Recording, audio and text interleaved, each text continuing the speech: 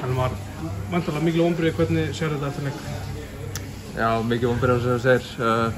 Svekktur með margt, sjálf og mig, liðsfélaga mína. Það bara gekk ekki upp í dag. Er erfitt að sjá í hálfleika hvernig það er að þið hefðu væntanlega átt að vera komist í 1-1? Já, það situr svolítið eftir þennan leik. Það er gríðarlega svekkjandi að búin að horfa á þetta aftur með línuverðinn að hann skuli taka þessa ákvörðun ekki nema 20 metrum frá línunni. Þetta er bara lágmark sem við getum beðið að línuverðir haldi línu í þessari deild, þannig að taka þessa ákvörðun í þessari stöðu er eiginlega bara óskiljanlegt sko.